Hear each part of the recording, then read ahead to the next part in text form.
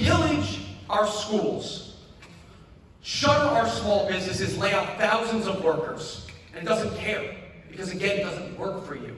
It works for its bondholders, not the people. Why was LIPA formed? LIPA was formed to bail out LILCO, a multi-billion-dollar company that went belly up because it invested $5 billion in a nuclear power plant that got shut down. And instead of letting that company get shut down, New York State government bailed that company out to the tune of $6.8 billion, paid for by all of you, all of us, by higher rates on all of the ratepayers on Long Island. That debt was $6.8 billion. Today, it's $11.2 billion. $11.2 billion. $11.2 billion that was incurred in your name, not for you, but you're paying it back. It was incurred to bail out LILCO 100 cents on the dollar. The CEO of LILCO at the time walked away with a $50 million severance package. That was a bankrupt company. It had no money. The top 20 executives of that company walked away with $25 million. Today's dollars, about $50 million. We paid for it with a bond that they issued tax-free that we are paying off with higher rates. At the time, in '96, the New York State Assembly released a report. The report asked, how much is this going to cost us? You look it up online. That report said that every ratepayer on Long Island to pay off the $6.8 billion in debt would cost them, at higher rates over the life of the bonds, $23,000 per ratepayer. So if you have been living on Long Island since 1996, by the time those bonds were paid off for $6.8 billion, you will have paid $23,000 more in rates. Imagine what you could have done with that money. Imagine how much better your life would be if instead of bailing out LILCO, we instead allowed us to keep that money. Now LIPA is in a debt spiral, $11.2 billion, and they need every cent they can get, and they're coming after our homes and our savings. That's what this is about. It's not to lower rates for the ratepayers. That's nonsense. Their debt service function is run by a trustee of the bondholders, international capital markets. The money that we pay in rates goes there first, and the trustee controls it, not Falcone, not LIPA, and they pay off their bondholders. If you want to know what's going on, read Fitch, S&P, and Moody's, something I'm sure the CEO is very familiar since he's a former energy investment banker. This is what happens. This is what S&P says. They just raised LIPA's bond rating from an A- to an A. Well, ask why if they're in so much debt. Well, this is their rationale. The stable outlook of LIPA reflects expectations of strengthening fixed charge coverage ratio, the availability of, quote, robust pass-through mechanisms for recovering rising costs, and favorable service area demographics that can support the utilities' high rates. In other words, we are a middle-class community, so we can absorb the pass-through mechanisms we can absorb the higher rates that they are going to use to pay off this unconscionable debt that should have never been incurred in the first place, to bail out a private company, and we should have let them go bankrupt in the first place. I just want to say another thing. Mr. Falcone lied to you tonight about the valuation mechanism for valuing plants. He says that the valuation mechanism is cost plus depreciation. It's a fixed rule of law, according to him. That's one of 3 valuation mechanisms. He left out the other 2, which is the income-based model and the market-based model. Market-based model meaning how much would a willing buyer spend to buy the plant. He knows this very well. He was a former energy investment banker. He would never sell one of his clients at Morgan Stanley this plant for the amount that they are trying to fleece us for in this plant. So the fact is that we could easily value it on 2 other models, but he's not revealing that information to you. What he's saying instead is there is no one model, cost plus depreciation, which means how much does it cost to build the plant, and then you depreciate over the life of the plant. But of course we all know that you can't just build a plant on Long Island. What that model implies is that if you built it in North Dakota, with unlimited land, it would be the exact same thing. No. The value of a plant on Long Island is relative to the space on Long Island and the ability to build something, which you can't build a plant on Long Island like this one. You can't build it. He knows that, so he's lying to us.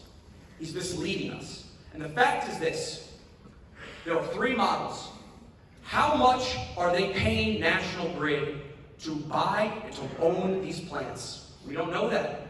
The lawsuits say, well, that's private information, so we can't know. I would love to know how much in the power purchase agreement they pay National Grid every year to run these plants. That is the, excuse me. This is, by the way, Anna, she is, by the way, Anna is a former counsel at National Grid. That's what her job was before her current position at LIPA. And I guarantee you she will be making millions after her stint at LIPA. Same with Mr. Falcone. She went to Duke Law, so did I. We went towards very different paths, apparently. The fact of the matter is that this is going to bankrupt this community. It's going to destroy this community. We all know that. They don't care because they don't work for us. They work for the bondholders. That's who they work for. Now, the last thing is this. They say they can't run their operation if they don't lower costs. 15% of their costs, according to LIPA, are the taxes. 20% of their costs are the bond debt service payments. So they're looking at 20% and 15%. They have the lower costs. They don't touch the 20% that's protected by Wall Street and by international capital markets and the bondholders who have their ears. Instead, they come after you because they think we are weak. They think we are powerless. They do not respect us. They don't care about us. Now, someone asked earlier, why isn't New York State government doing anything about this? Well, State Senator Gorin, along with Kaminsky, passed a great bill last year in the State Senate unanimously. It would prevent LIPA from recovering a cent in back taxes. Passed the State Senate unanimously. It didn't get introduced in the Assembly because they sent an army of lobbyists up there to block that legislation, which they did. And I know that for a fact. I know one of the lobbyists, and he told me that. They're paying lobbyists to work against our interests. This is a revolving door in which they go into LIPA for a few years, and I guarantee you, and I hate to say this, but this is just my opinion, Mr. Falcone will be running an international energy company in a few years, making billions, making millions, and cashing out on the good work he did working for LIPA against our interests. Everything they tell us is a lie. Everything. And I would like to know how much of the energy that they sell us is from the NYISO. The NYISO is the interim operating conglomerate that sells Niagara Falls energy to us, cheap and subsidized. The condition for being in the NYISO and getting that cheaper energy to sell to us is the maintenance of these plants. That means that these plants are very valuable, such that if we took them, they would pay a lot of money to get them back. That's the real value. It is how much would they pay to take these plants back if we took them. And the last thing is this, and I know I've said a few last things, but the fact is this, that LIPA is going to do everything it can to divide us. We need to stand together on this. They don't care about us. They are looking at us and laughing. They need that money to pay back their bondholders. Caithness, they always talk about Caithness. They love talking about Caithness. Caithness was built in 3 tax-free zones. Okay? Tax-free zones meaning the state sanctions areas throughout the state where you can build, open a small business. We've all seen this. Open a small business, don't pay taxes for 10 years. 3 of them overlapping. That's why they don't pay taxes like this plant does, like Northport does. It's not because they're more efficient or they struck a better deal. It's because they built in a strategic location, a location that they can't build anywhere else. So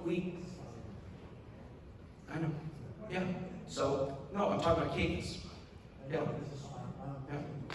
I know, of course, Island Park. We're all in the same boat. We are all in the same boat here. Nothing they say to us, we can believe. So we have to fight this. This settlement is nonsense. It's nonsense. So, what do? We have to lobby our government this year, our state government, Mr. Kaminsky. We have to he did his job in the Senate, they passed that bill.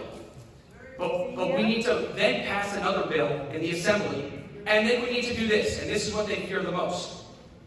We need to pass a bill that codifies the promise in the LIPA Act, that codifies the promise that they made us in the LIPA Act. What's the promise? The promise is that if LIPA was formed and they take over Lilco, they promised they would never initiate tax certiorars against us. That was a lie.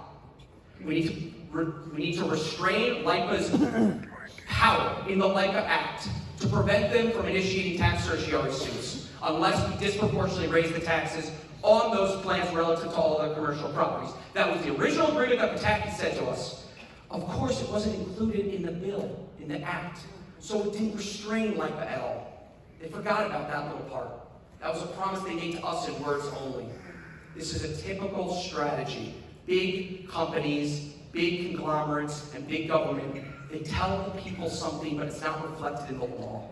And so they have unlimited discretion to initiate tax certiorars. Our government needs to stand with us and restrain LIPA, amend LIPA.